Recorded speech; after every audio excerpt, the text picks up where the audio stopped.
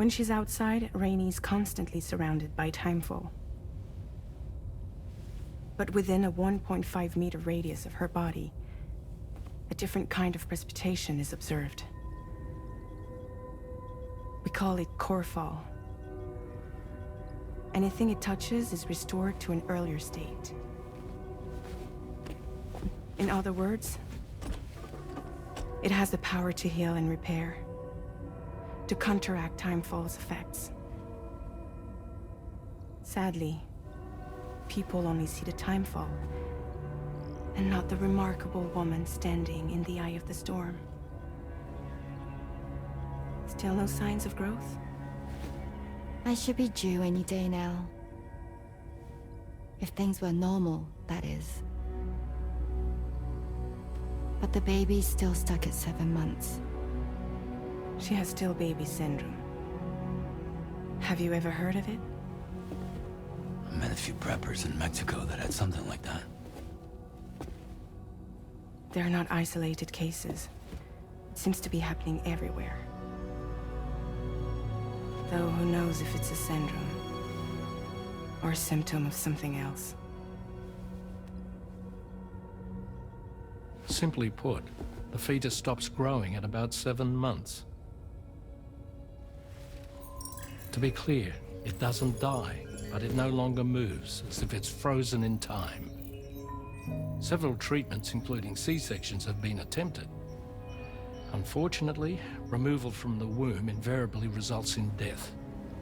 And while not all pregnancies are affected, it's yet another contributing factor to the already low birth rate. The Genetic Diversity Conservation Initiative just isn't enough to compensate. You got any idea what's causing it? There's speculation that it's due to an imbalance in the beach itself.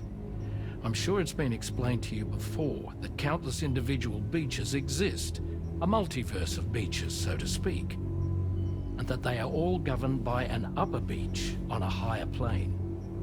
Expansion of the chiral network to cover the whole UCA may have inadvertently disrupted the link to that beach. Or so they think. BB units were also 7-month-old fetuses. So it's not hard to believe that the beach might very well influence the unborn. While I can offer you no concrete answer, I can state that the plan to extend the chiral network into the Australian continent, to take it worldwide, is also intended to help restore balance to the aforementioned upper beach. And in doing so, it is possible that we may resolve the issue of still baby syndrome.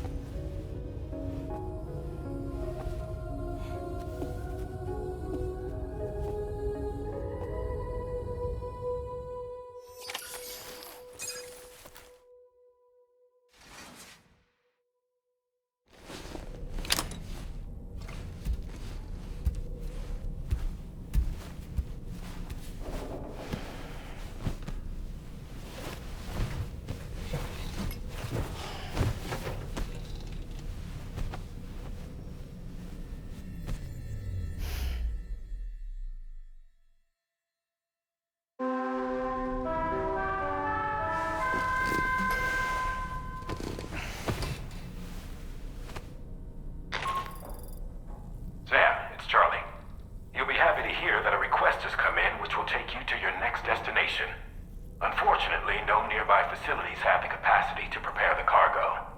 So it's going to be a long-distance delivery from West Fort Knott instead.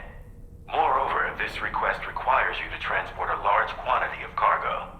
Careful consideration will need to be given to your route and your means of traversing it. You'll also need to think about what equipment you might need. Only then should you commit to a plan of action. Access the delivery terminal at West Fort Knott to pick up this main order. Oh, and the DHB Magellan can take you there, if need be. Just open your ring terminal and select chart course to request transport.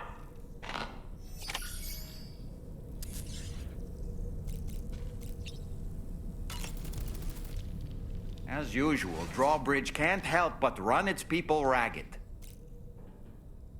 I was looking into the conditions that led to the bushfire we escaped. It seemed to have been caused by a phenomenon known as chiral cinders. Unlike other items washed up by the currents, cinders violently erupt from the tar and soar through the sky before crashing to the ground. This phenomenon has been observed across the continent and has led to an increase in bushfires. It's one more potential threat to keep an eye out for. Ever wanted to learn more about the various creatures housed at the animal shelter, Sam?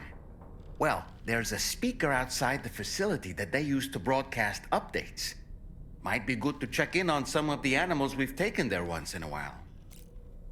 I'm so glad that we were able to save that kangaroo's life. It's easy to forget that humans aren't the only creatures affected by the Death Stranding. Protecting our remaining wildlife isn't just the right thing to do. It can also help us to better understand how the environment has changed.